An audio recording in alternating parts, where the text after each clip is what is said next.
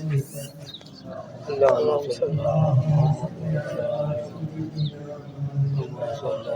محمد وعلى آل سيدنا ومولانا محمد وبارك وسلم.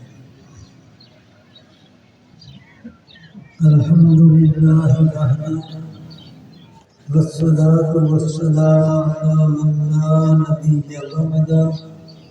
أما بعد فأعوذ بالله من الشيطان الرجيم. بسم الله الرحمن الرحيم.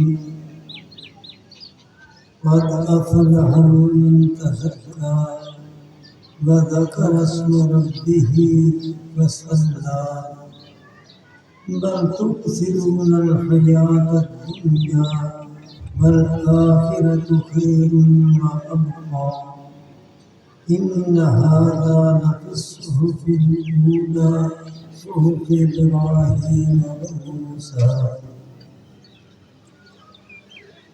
وقال الله تعالى يا أيها الذين آمنوا اذكروا الله ذكرا كثيرا.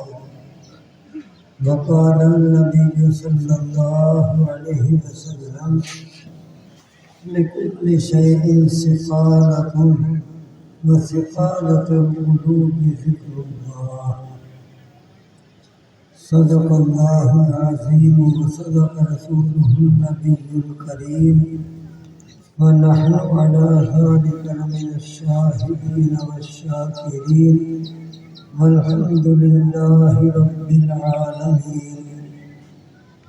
اللهم صل وسلم وبارك على سيدنا محمد وعلى آله وصحابه وأزواجه كما تحب وترضى عدد ما تحب وترضى.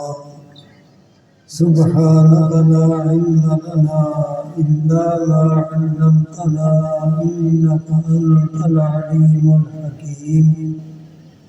رب اشرح لي صدري ويسر لي أمري واحلل عقدة من لساني يفقهوا قولي. رب زدني علما وارزقني فهما ووفقني وإياكم لما تحب وترضى.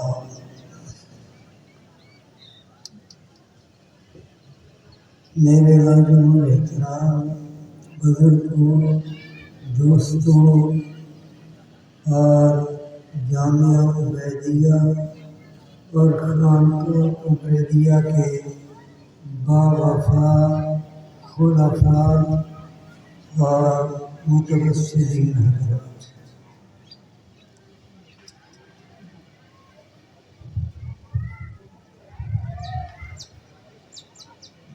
ایک چیز پر اگر ہم غور کریں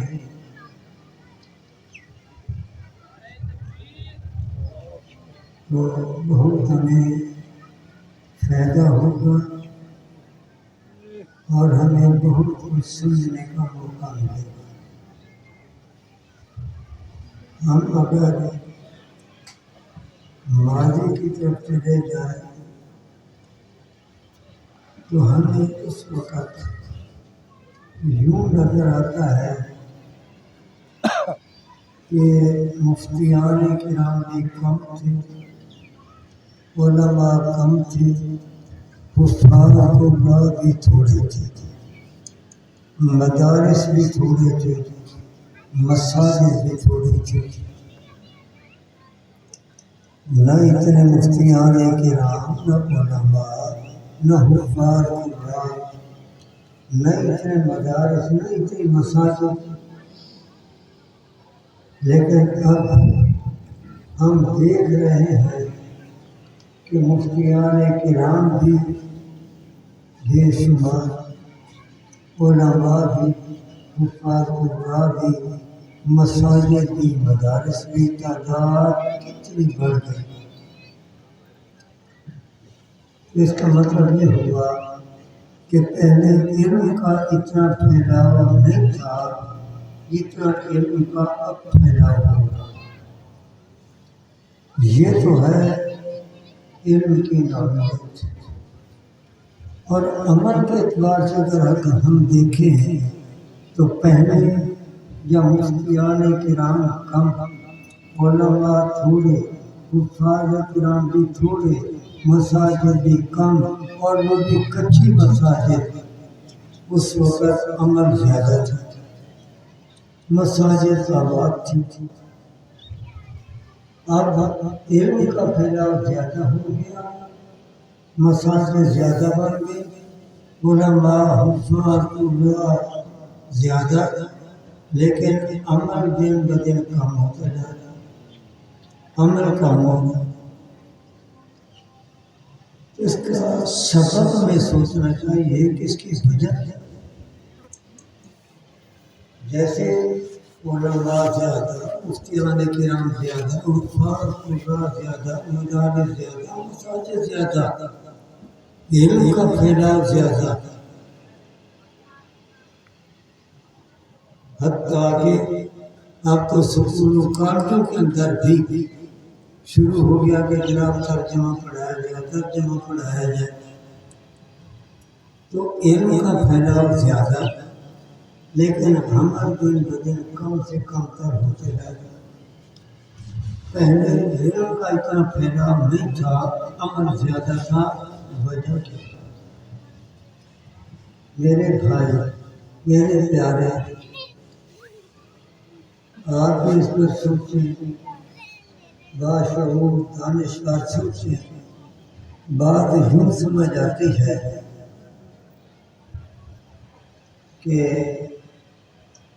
علم والی محنت، اس کا تعلق ہے دماغ کے ساتھ، علم والی محنت اس کا تعلق دماغ کے ساتھ، اور عمل والی محنت اس کا تعلق دل کے ساتھ، علم کا تعلق دماغ کے ساتھ، عمل کا تعلق دل کے ساتھ۔ تو یہ دماغ والی محنت یہ دن بدن بڑھتی جا رہی ہے۔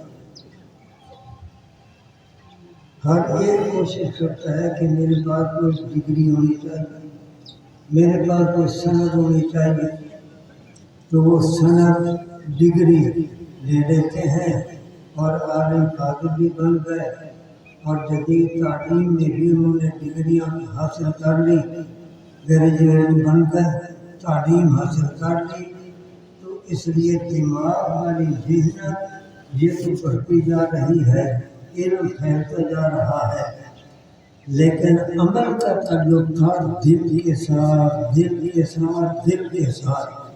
تو جو دل والی محنت تھی کہ جس سے عمل کا جذبہ پیدا ہونا تھا، عمل کا شوق پیدا ہونا تھا، دل کے اندر عمل کرنے کی ہمت پیدا ہونی تھی، وہ محنت پہلے تھی۔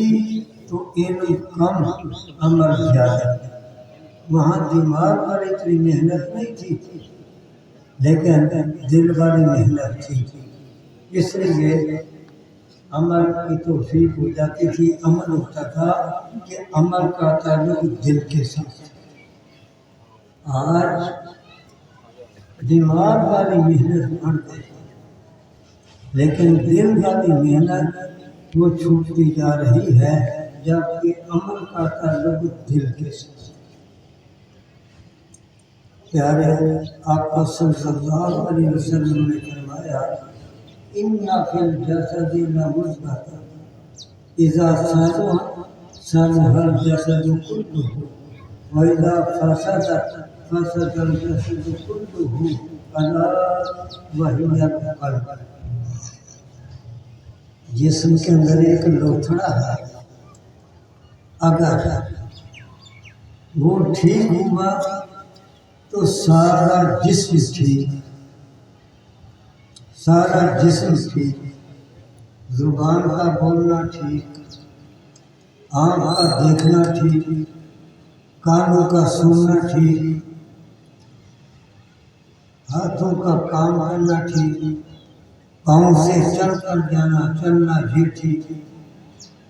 ٹھیک ہونے سے مراد یہ ہے دیکھنا بھی، دین کے مطابق، شریعت کے حکم کے مطابق، سننا بھی شریعت کے حکم کے مطابق، زبان سے بولنا بھی شریعت کے مطابق، اسی طریقے سے ہاتھوں سے کام کرے گا، جو کام بھی کرے گا کوشش ہوگی دین کے مطابق، شریعت کے مطابق، اللہ کی رضا کے مطابق، اتباع سنت کو سامنے رکھ کر چل کر جائے گا تو نیکی والی مجلس میں، نیک ماحول میں، مسجد کی طرف چل کر جائے گا، گناہ والی جگہوں کی طرف چل کر نہیں جائے گا۔ جب دل ٹھیک ہوگا تو یہ پورے جسم کی نقل و حرکت ٹھیک ہو جائے گی، اور اگر دل ہی بگڑا ہوا ہے، اس کے اندر بھی گندے جذبات ہیں، تو پھر آنکھ کا دیکھنا غلط، کانوں کا سننا غلط، زبان کا بولنا غلط، ہاتھوں سے کام غلط، چل کر جائے گا تو وہ غلط ہونے سے مراد شریعت کے خلاف، دین کے خلاف، سنت کے خلاف، الرحمن کی رضا کے مطابق نہیں، شیطان کی پسند کے مطابق۔ شیطان اس پر راضی ہوگا، رحمان ناراض ہوگا، پھر اس کا دیکھنا، چلنا پھرنا، نقل و حرکت وہ ساری ایسی ہو۔ تو عمل کا تعلق انسان کے دل کے ساتھ۔ آپ حضرات یہ دیکھتے رہتے ہیں، بعض بچے ایسے ہوتے ہیں ان کو پڑھنے کا شوق ہوتا ہے، صبح سویرے ماں سے بھی پہلے وہ جاگ اٹھے اور ماں کو جا کر جگایا کہ امی اسی سکول لے جانا ہے، ذرا ناشتہ جلدی تیار کر۔ خود ہی جناب ماں کو جگائے گی، ماں ناشتہ تیار کرے گی، ادھر خود ہی وردی پہن لی، بستہ تیار کر لیا، ناشتہ کیا، اور بڑے خوش شوق سے وہ جا رہے۔ اور ایک ایسا بچہ بھی ہے کہ ماں نے ناشتہ تیار کیا اور اس کو جا کر ایک دفعہ جگایا، پھر سو گیا، دوبارہ جگایا، پھر سو گیا، بار بار جگایا، آخر ماں کو سخت زبان سے اس کو کہنا پڑا، جگانا پڑا، جگایا۔ ماں نے ہاتھ دھلائے، منہ دھلایا، ناشتہ اس کو کرایا، وردی پہنائی، بستہ تیار کر کے دیا۔ اب پہلے تو جانے کے لیے تیار نہیں، ماں نے دروازے تک پہنچایا اور بستہ اس کے ہاتھ میں دیا، وہ دروازے سے باہر نکلا، دروازے کے باہر ہی بستہ پھینکا، یہ جا ہو جا۔ ماں دیکھتی رہ جاتی۔ فرق کیا ہے کہ پہلے بچے کے دل میں پڑھنے کا جذبہ ہے، شوق ہے، اور دوسرے کے دل میں جذبہ نہیں، شوق نہیں، تو پتہ چلا نا کہ عمل کا تعلق کس کے ساتھ ہے؟ اونچی آواز سے آپ بھی بول رہے ہیں، دل کے ساتھ۔ عمل کا تعلق دل کے ساتھ۔ سوئے ہوئے تو نہیں، عمل کا تعلق دل کے ساتھ۔ عمل کا تعلق دل کے ساتھ۔ دل کے ساتھ۔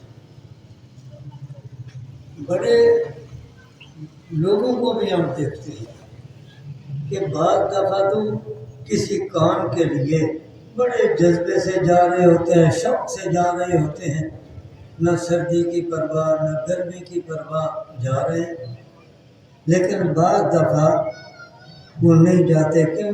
یار آج میرا دل نہیں، آج میرا دل نہیں، تو دل ساتھ نہیں دے رہا، اس لیے کام کے لیے تیار نہیں۔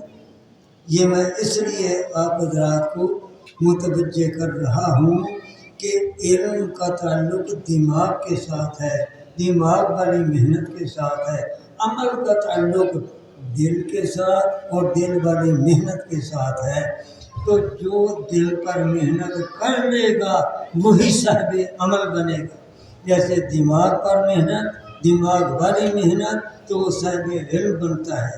اسی طریقے سے جب کوئی دل والی محنت کرے گا تو وہ بھی صاحب عمل بنے گا، اور اگر اس نے علم والی محنت بھی کی ہے اور عمل والی محنت بھی کی ہے دماغ والی محنت بھی، دل والی محنت بھی، دونوں کٹھی ہو گئے تو اللہ ان کو کیا مقام عطا کرے گا؟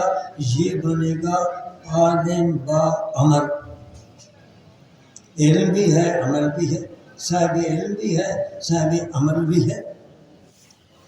وہ عمل کا تعلق ہے انسان کے دل اور دل والی محنت کے ساتھ۔ اب وہ دل والی محنت ہے کیا؟ دل والی محنت ہے کیا؟ قرآن کریم میں اللہ جل شانہ نے بھی رہنمائی فرمائی اور حدیث پاک میں نبی کریم صلی اللہ علیہ وسلم نے بھی ایسے بیمار دلوں کا علاج بتایا۔ قرآن کریم کی جو آیت میں نے پڑھی تو اللہ جل شانہ فرماتے ہیں قد افلح من تزکا، قد افلح من تزکا، تحقیق وہ آدمی کامیاب ہو گیا من تزکا جو پاک ہوا، جس کا تزکیہ ہوا، پاک ہوا۔ اب یہاں پاک ہونے سے مراد بدن کا پاک ہونا نہیں۔ اگر کوئی آدمی غسل کر لے اور اچھی طرح غسل کر لے، بدن پاک ہو گیا، کیا دل میں عمل کا جذبہ اور شوق پیدا ہو جائے گا نہانے سے؟ یہاں پاک ہونے سے مراد یہ ہے باطنی پاکیزگی، دل کی پاکیزگی، دل کی دھلائی، دل کی صفائی، دل والی محنت۔ اس کی طرف متوجہ کیا کہ اپنے دل پر محنت کر کے اپنے دل کے اندر پاکیزگی پیدا کرے، اپنے دل کے اندر صاف ستھرائی پیدا کرے، اپنے دل سے قذورات دور کرے، اپنے دل سے گناہوں کی کالک دھوئے، اپنے دل سے غفلت دور کرے۔ جب یہ علاج ہوگا، یہ ہے منتزکا، منتزکا، اور اسی کے لیے بشارت ہے قد افلح، قد افلح، قد افلح، کہ جس کا یہ باطن پاک ہو گیا وہ کامیاب ہے۔ اس لیے کہ جب باطن پاک ہوگا تو ظاہر بھی پاک ہو جائے گا۔ جب باطن پاک ظاہر پاک، تو اسی کو نبی سامنے فرمایا کہ اگر دل ٹھیک ہوا تو پورا جسم ٹھیک، یعنی باطن اگر ٹھیک ہے تو ظاہر بھی ٹھیک، باطن بگڑا ہوا ہے تو ظاہر بھی بگڑا ہوا ہوگا۔ باطن کا ٹھیک ہونا یہی ہے کہ دل کے اندر جو گندے جذبات ہیں یہ مغلوب ہو جائیں، نیکی والے جذبات غالب آ جائیں، بھلائی اچھائی والے جذبات غالب آ جائیں، اور گناہوں کے بدی کے جذبات دب جائیں، مغلوب ہو جائیں۔ یہ ہے دل کا پاک ہونا۔ تو جس کا دل پاک اس کا باطن پاک، اس کا ظاہر پاک، جس کا قلب پاک اس کا قالب پاک، اس کا قالب پاک، جس کا دل پاک اس کا جسد اور جسم کا ہر عضو اور ہر عضو کی ہر حرکت وہ بھی پاک، شریعت کے مطابق، دین کے مطابق۔ یہ ہے قد افلح من تزکا۔ اللہ جل شانہ نے پھر بتا دیا کہ دل میں پاکیزگی آئے گی کیسے، دل پاک ہوگا کیسے۔ تو اللہ جل شانہ نے فرمایا وَذَكَرَ اسْمَ رَبِّهِ فَصَلَّى، وَذَكَرَ اسْمَ رَبِّهِ، یہ پاکیزگی پیدا ہوگی اللہ کے نام کے ذکر کرنے سے۔ جتنا کوئی اللہ کے نام کا ذکر کرے گا، ذاکر شاغل ہوگا، ذکر والی اتنی محنت کرے گا، تو اللہ کا نام، اللہ نے اپنے نام مبارک میں یہ تاثیر رکھی ہے، تاثیر رکھی ہے۔ اس کے اندر اللہ تعالیٰ نے ایسی نورانیت رکھی ہے کہ جو آدمی بھی اللہ کے نام کا ذکر کرے گا تو وہ دل کے اندر نورانیت آ جائے گی، دل کے اندر نور ایمان چمک جائے گا، انوارات ایمان کے اس کے دل کے اندر ظاہر ہوں گے، اور دل سے کدورت دور ہوگی، گناہوں کی میل کچیل دور ہوگی، گناہوں کی کالت دور ہو جائے گی، غفلت دور ہو جائے گی۔ اللہ کے نام کی برکت ہے کہ جتنا کوئی اللہ کے نام کا ذکر کرے گا اس کے دل میں عمل کرنے کا اتنا شوق پیدا ہوگا، اتنا جذبہ پیدا ہوگا، عمل کرنے کی اتنی ہمت پیدا ہوگی۔ کیوں ہمت پیدا ہوگی؟ اس لیے کہ اللہ کا نام جتنا لے گا اللہ کے ساتھ تعلق بڑھے گا، اللہ کی محبت دل کے اندر آئے گی، غیر کی محبت دل سے نکلے گی۔ اگر غیر کے ساتھ محبت تھی بھی تو اس محبت کا رخ بدل جائے گا، ادھر سے ہٹ کر اللہ کی طرف اس کی محبت کا رخ ہو جائے گا۔ اور جب اللہ کے نام کی برکت سے، ذکر کی برکت سے اللہ کے ساتھ تعلق پیدا ہو گیا، اللہ کی محبت دل کے اندر آ گئی، رسول اللہ صلی اللہ علیہ وسلم کی محبت دل کے اندر آ گئی، سنت کی محبت دل کے اندر آ گئی، دین کی عظمت دل کے اندر آ گئی، قرآن کی محبت دل کے اندر آ گئی، اب اس کے لیے عمل کرنا آسان ہو جائے گا۔ دل کے اندر ساتھ ہی ساتھ عمل کا جذبہ، عمل کا شوق، عمل کی ہمت یہ پیدا ہو جائے گی۔ وَذَكَرَ اسْمَ رَبِّهِ، جس نے اللہ کے نام کا ذکر کیا، اس کے باطن کے اندر، اس کے دل کے اندر پاکیزگی آئے گی تو یہ ظاہر بھی پاک ہو جائے گا، اللہ عمل کی توفیق دیں گے۔ پھر وہ شیطان کو جو خوش کرنے والے کام ہیں، گندے کام، گناہ والے کام، نجس کام، پلید کام، ان سے اس کی جان چھوٹے گی، اور اللہ کو راضی کرنے والے کام، اللہ کی رحمت کو کھینچنے والے کام، اللہ کی رحمت کو متوجہ کرنے والے کام، دوزخ کی طرف دھکیل کر لے جانے والے گندے کام، ان سے نفرت ہوگی، اور جنت کی طرف لے جانے والے کام، ان کاموں کی دل کے اندر محبت آ جائے گی۔ تو ذکر کی برکت سے باطن سمرا، ظاہر سمر گیا، باطن چمکا، ظاہر چمک جائے گا، باطن اللہ کی رضا کے مطابق تو ظاہر بھی اللہ کی رضا کے مطابق بن جائے گا۔ تو باطن کے پاک کرنے کا اللہ نے کیا طریقہ بتایا؟ آپ نے کیا سمجھا؟ اللہ نے کیا طریقہ بتایا؟ میں مدرس آدمی ہوں، اسی میں جب سبق پڑھاتا ہوں تو طالب علموں سے ساتھ ساتھ پوچھتا بھی ہوں، پتہ چلتا ہے کہ میری بات انہوں نے سمجھی یا نہیں سمجھی۔ تو آپ ہی مجھے بتائیں کہ یہ جو دلوں کے اندر کالت، کدورت، غفلت ہے، اس کے دور کرنے کے لیے اللہ نے کیا تدبیر اور کیا طریقہ بتایا؟ بتائیں، اونچی آواز سے اللہ کا ذکر۔ اسی طریقے سے نبی کریم صلی اللہ علیہ وسلم نے بھی ارشاد فرمایا، لِكُلِّ شَيْءٍ ثِقَالَةٌ وَثِقَالَةُ الْقُلُوبِ ذِكْرُ اللَّهِ۔ سبحان اللہ۔ آپ روحانی طبیب القلوب، جیسے بدنی امراض تو ان کے لیے بدنی معالج ہوتے ہیں، ایلوپیتھی ڈاکٹر ہے، ہومیو ڈاکٹر ہے، دیسی حکیم ہے، دم درود والے، طبیعتوں والے بھی ہیں، بدنی بیماریوں کے لیے معالج۔ تو اسی طریقے سے روحانی بیماریوں کے لیے روحانی معالج، بیمار دلوں کے لیے طبیب القلوب، وہ دلوں کے معالج۔ تو نبی پاک صلی اللہ علیہ وسلم یہ بھی طبیب القلوب، روحانی معالج، آپ نے بیمار دلوں کا علاج یہ بتایا، لِكُلِّ شَيْءٍ ثِقَالَةٌ وَثِقَالَةُ الْقُلُوبِ ذِكْرُ اللَّهِ۔ فرمایا کہ ہر میلی کچیلی چیز اس کو صاف کرنے کے لیے، اس کا میل دور کرنے کے لیے، اس کی قدورت دور کرنے کے لیے کوئی نہ کوئی آلہ ہوتا ہے جس سے اس کی میل دور کی جاتی ہے۔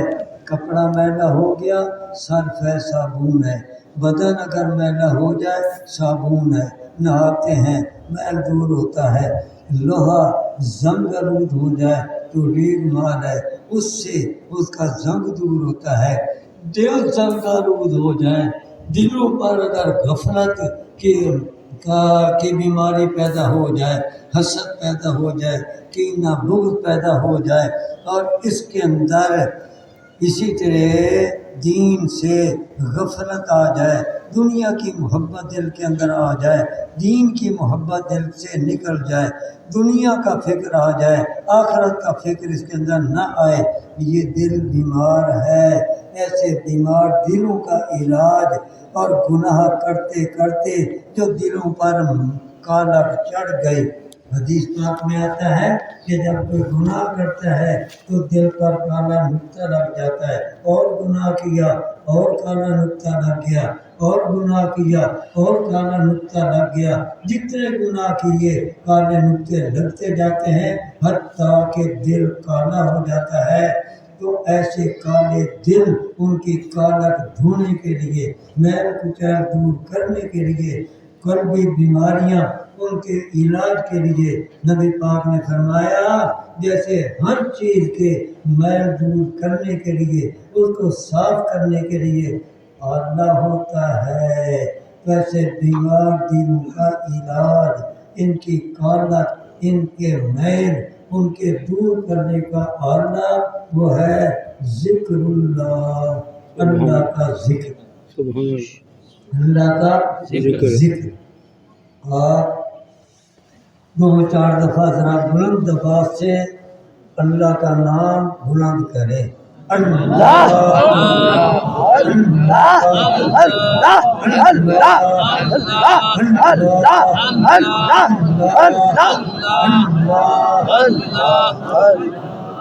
یہ اللہ کا ذکر ہے جو نبی صلی اللہ علیہ وسلم نے بطور علاج کے بتایا کہ بیمار دلوں کا یہ علاج، اس سے وکالت بھی دور، اس سے کدورت بھی دور، اس سے حسد، کینہ، بغض، یہ بیماریاں بھی دور، اس سے دنیا کی محبت دل سے نکلے گی اور دین کی محبت آئے گی، غیر اللہ کی محبت دل سے نکلے گی، اللہ کی محبت آئے گی، رسول اللہ کی محبت آئے گی، صحابہ کرام کی محبت آئے گی، اولیاء اللہ کی محبت آئے گی، دین داروں کی محبت دل میں آئے گی، اللہ والوں کی محبت دل میں آئے گی، علماء کی محبت دل میں آئے گی، قرآن کی محبت دل میں آئے گی۔ پھر کیفیت یہ ہوگی کہ پہلے اذان ادھر سے آئی ادھر سے آئی، اللہ اکبر کی صدائیں، حی علی الصلاۃ، حی علی الفلاح کی صدائیں کانوں سے ٹکرا ٹکرا کر واپس جا رہی ہیں، کوئی بھی تو ایسی آواز نہیں جو اس کو مسجد کی طرف چلا دے، اس کو کھڑا کر دے، نماز کی طرف اس کا رخ کر دے، نہیں، غفلت ہے۔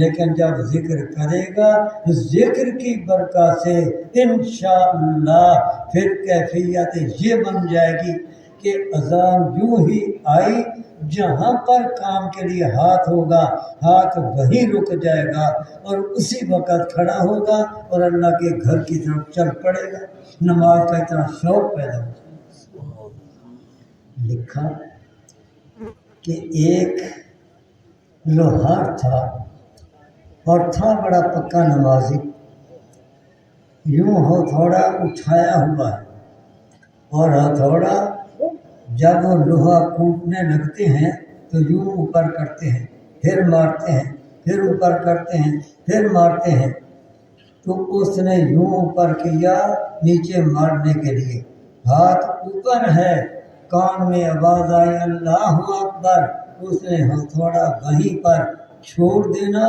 نیچے مارا بھی نہیں، اور اسی وقت نماز کے لیے کھڑا ہو گیا۔ حدیث پاک میں آتا ہے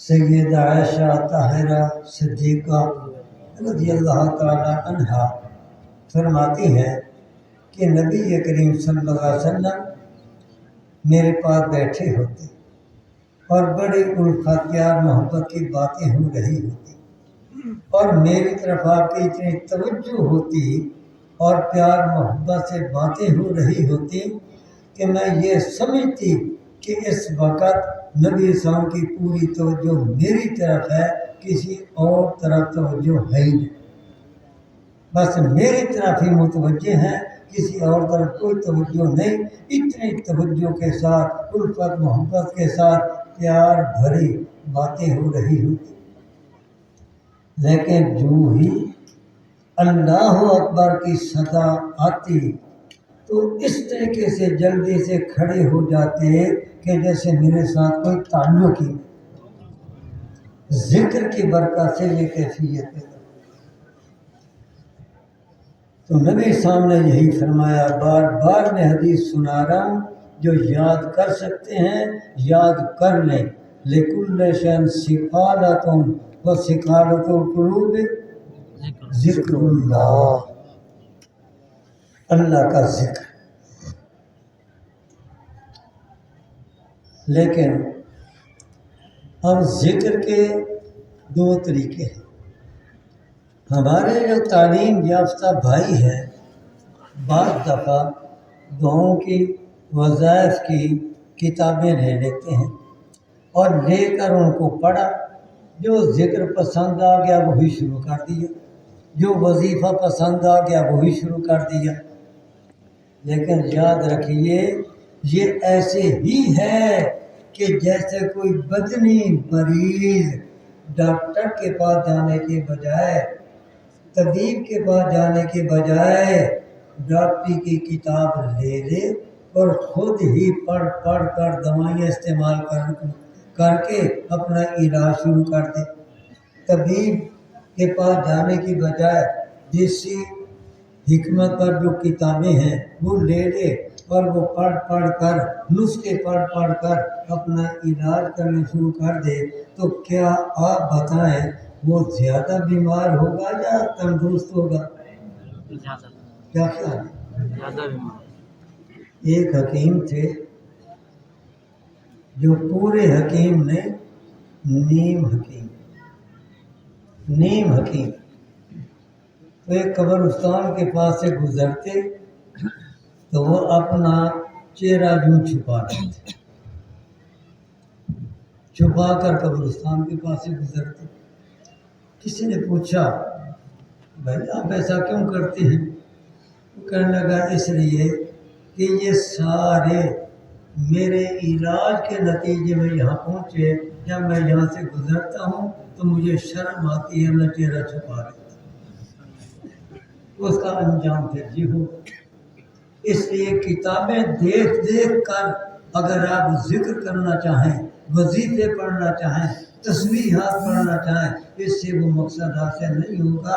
اس کے لیے ضروری ہے کسی روحانی معالج کے ساتھ تعلق پیدا کرنا اور روحانی معالج کی نگرانی میں ذکر اذکار کی محنت کرنا، فائدہ تبھی ہو۔ اور ذکر تو وہی ہے جو کتاب میں لکھا ہو، ذکر تو وہی ہے۔ پھر اس کی کیا وجہ کہ کتاب کو دیکھ کر ذکر کرے تو فائدہ اتنا نہیں۔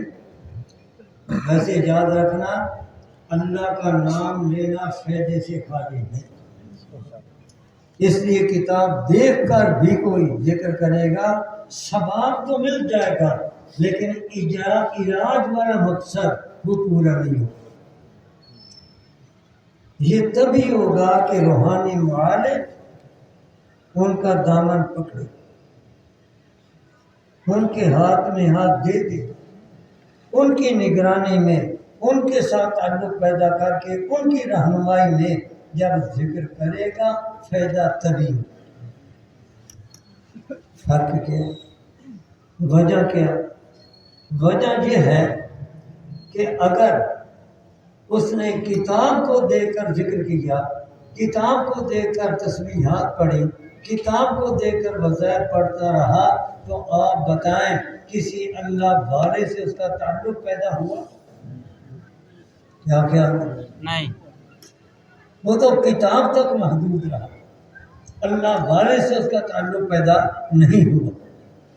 اور جب کسی شیخ کے ساتھ وابستہ ہو گیا، ان کے نگرانی میں آ گیا، ان کی رہنمائی میں آ گیا، ان سے وابستگی پیدا کر لی، ان سے نسبت اپنی جوڑ لی، تعلق اپنا جوڑ لیا، تو اب شیخ کی توجہ اس کی طرف ہوگی۔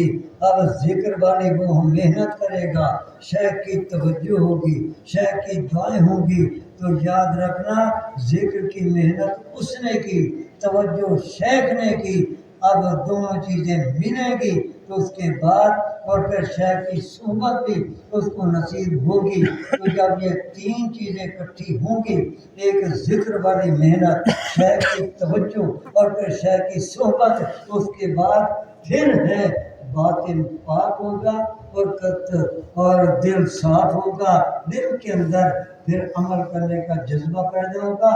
پہلے شیخ کی محبت آئے گی، پھر شیخ کی محبت کے آنے سے شیخ کی توجہ نصیب ہو جائے گی، پھر رسول اللہ صلی اللہ علیہ وسلم کی بھی محبت آئے گی، دین کی محبت آئے گی، سنت پر عمل کرنے کی محبت آئے گی، دنیا کی محبت سے محبت نکلے گی، دین کی محبت آئے گی۔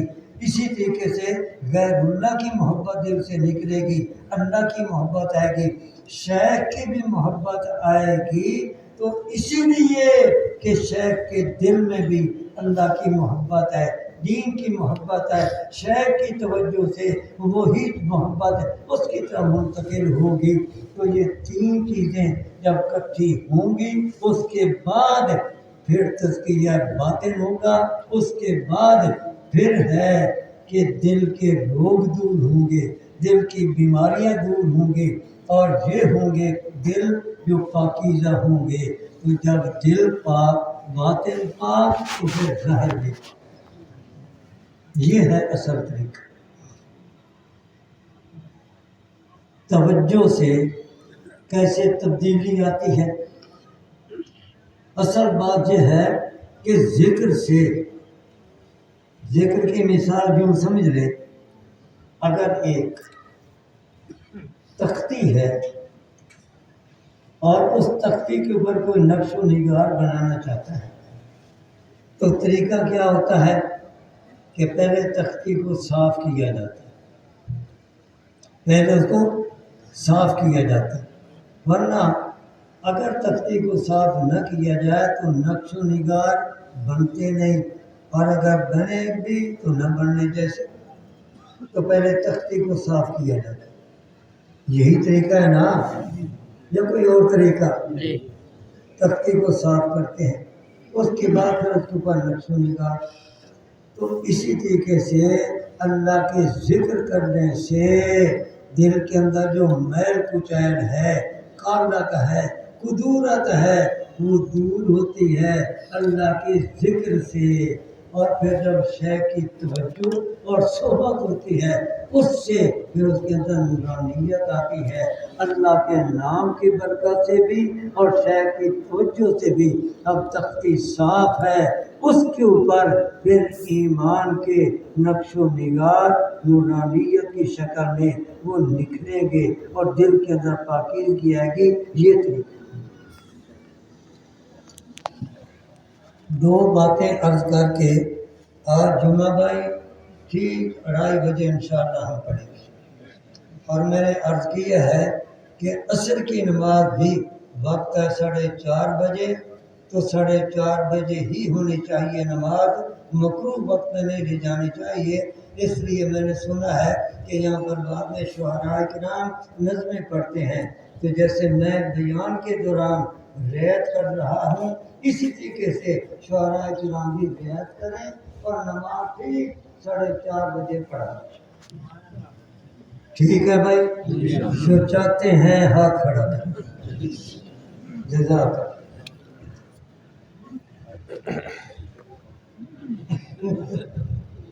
نہیں تو سب کی تعین ہے۔